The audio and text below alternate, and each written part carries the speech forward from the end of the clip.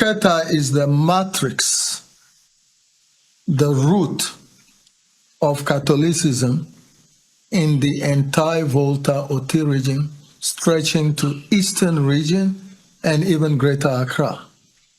Keta has marks there. And so as it happened, the diocese was moved to Ho, I think for all practical reasons, at the time of Bishop Collins. And but the episcopal see was left. Keta remained a cathedral. Now, over the period, Keta became Keta Ho Diocese, and then in the 70s, and then became Keta Akachi Diocese in 1994.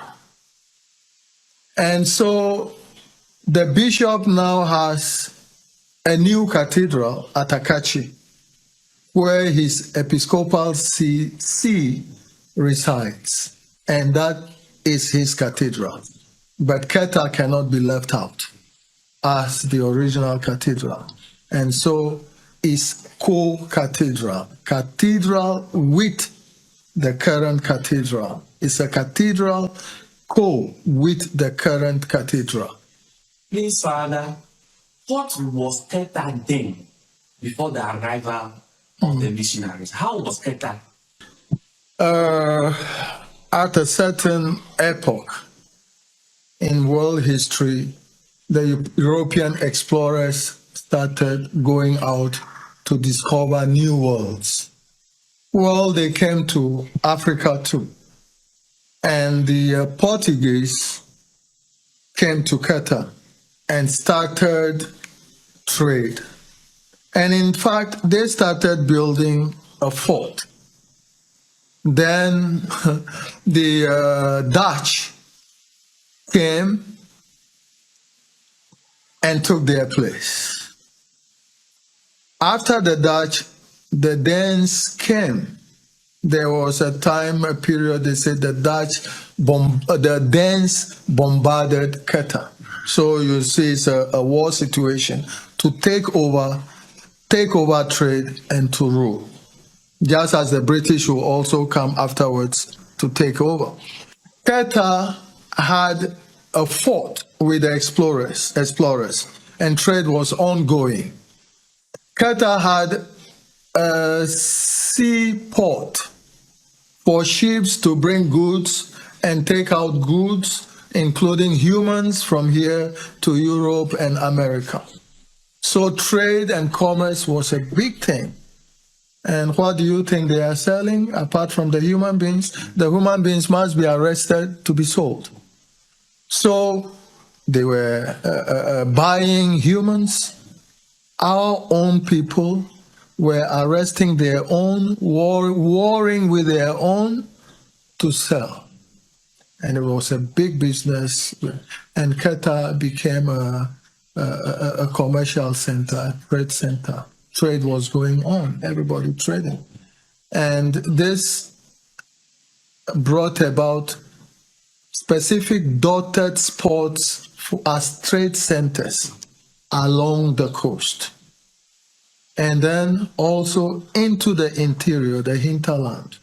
So you will see a trade that is intercontinental, international, from Nigeria through Benin, Togo, Ghana to the westward, and routes entering the hinterland. And that also brought about the influx of migrants from Europe and also from the hinterland. And with that also there were education schools.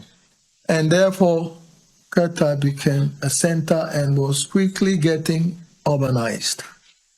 Now, I think this is what brought about the missionaries in Benin coming to Keta. And the history of the Europeans apart, the chiefs also were ruling alongside the Europeans. Keta, in fact, was a district capital with a district commissioner at a point. And so the chiefs also organized and they put up a market. The Kita market they talk about, known internationally, was put up 1925. Okay? So that was Keta booming, getting urbanized, with also becoming multicultural, with people and intermarriages and so on. So you see mulattoes today, all sorts of life, all walks of life. Keta, Achiavi, Anyako, they were all coming. With Market, Koforidua, they were all coming. Hohoebla, they were all coming to Keta.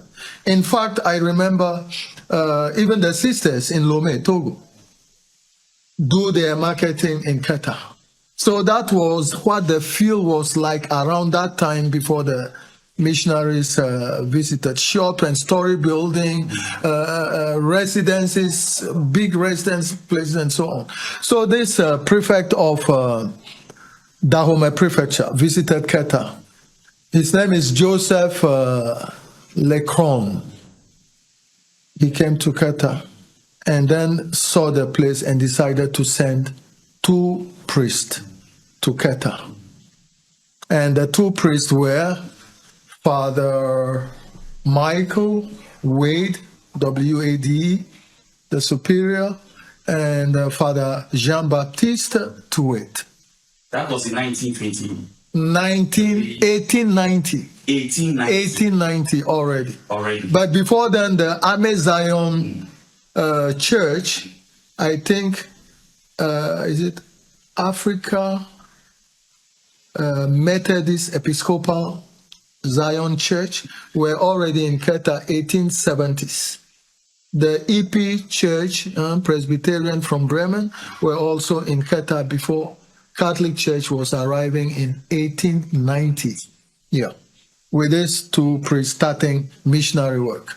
How was the reception of these missionaries and their work, and how it led to the arrival of Bishop Herman? Very, very interesting. Okay. That the missionaries came and they were received by Togbi Akolache in his house, who was baptized already by the Ame Zion Church, but he received the Catholic missionaries in his house. The name again? Togbi Akolache Joachim Akolache the first. He received them and received them very well. With the wives, 23 wives, 95 children. I was telling you the last of his children died 2017 at the age of 90. The last of the children to die, you know. So that was where they resided. They say Mass in the house, and the first Mass said was also noted in Keta. And they started with school. June 1890, that very year, they started with a school. The first school started in June 1980. They started with informal education, and then formal education and some trade school. That is what they started with. And they were also going out and at the same time developing the school here, preaching and having masses, creating outstations. That's what they did. And about the time that early, about their stay, Father Michael Wade had to travel, I think, to Holland, where he hails from. And a priest by the name Cornelius van de Provot was sent to replace him. Unfortunately, he was the first missionary to give his life for the gospel in Keta, and he is buried in the church cemetery, and his grave is sitting there nicely. May his soul rest in peace. Amen. So his grave is still with us. You can see it. Here in Keta. You can see it in the church cemetery. You see, so they worked, they put up a mission house, they had a printing press. The first printing press, if not in the whole Gold Coast region. And here, just by the mission house, and the site of their very first school is there for you to see it pull down, but you could see the foundation in the ground. And then the first church building was actually a classroom put up and used for church mass, used for mass. And then eventually they put up a second church where we have one of the Ola schools standing. And about their period also, sisters were sent from Benin, and they came and started a girls' school. So Keta had a boarding school for boys started by these missionaries. Their dormitory is still standing there. Dormitory and dining hall together is still standing there. And then the sisters also, the Ola sisters, put up the Ola boarding school for girls, all girls. So education and evangelization work were going on alongside because they needed communication to talk. And teachers were being trained as catechists were being trained. In fact, one of the Monsignor spoke of it as a strategic means of evangelization, putting up schools. So, Father, can you lead us to Bishop Herman? Who is Bishop Herman? His role in his whole missionary work and his pastoral work as far as how he governed and sanctified the people of Keta. Bishop Herman. Oh, Bishop Herman of blessed memory. May his soul rest in peace. Amen. I think he should be eventually beatified because he worked unbelievably. I don't know how to describe it and what to say. He worked so much. In fact, he was said to have lodged with the Tamoclos when he came to Keta. And from that family house, he was putting up structures. And his was also the stations. Stations refer to the mission centers, like outstations, from where further evangelizing work can go on. And he was putting up so many traveling, you know. He was made bishop 1923 when Keta, after being a mission center, just in 5 years of existence, was found so good, so conducive, people-wise, climate-wise, that in 5 years it was made a mission center among 4 mission centers from Benin, Togo, up to Cape Coast area. Keta was the 4th mission center. Keta was not mission center and a prefecture, but from mission center straight away a vicariate with a bishop or apostolic vicar. And its first vicar was Bishop Herman. Bishop. And you listen, vicar. Okay. Vicar apostolic or apostolic vicar.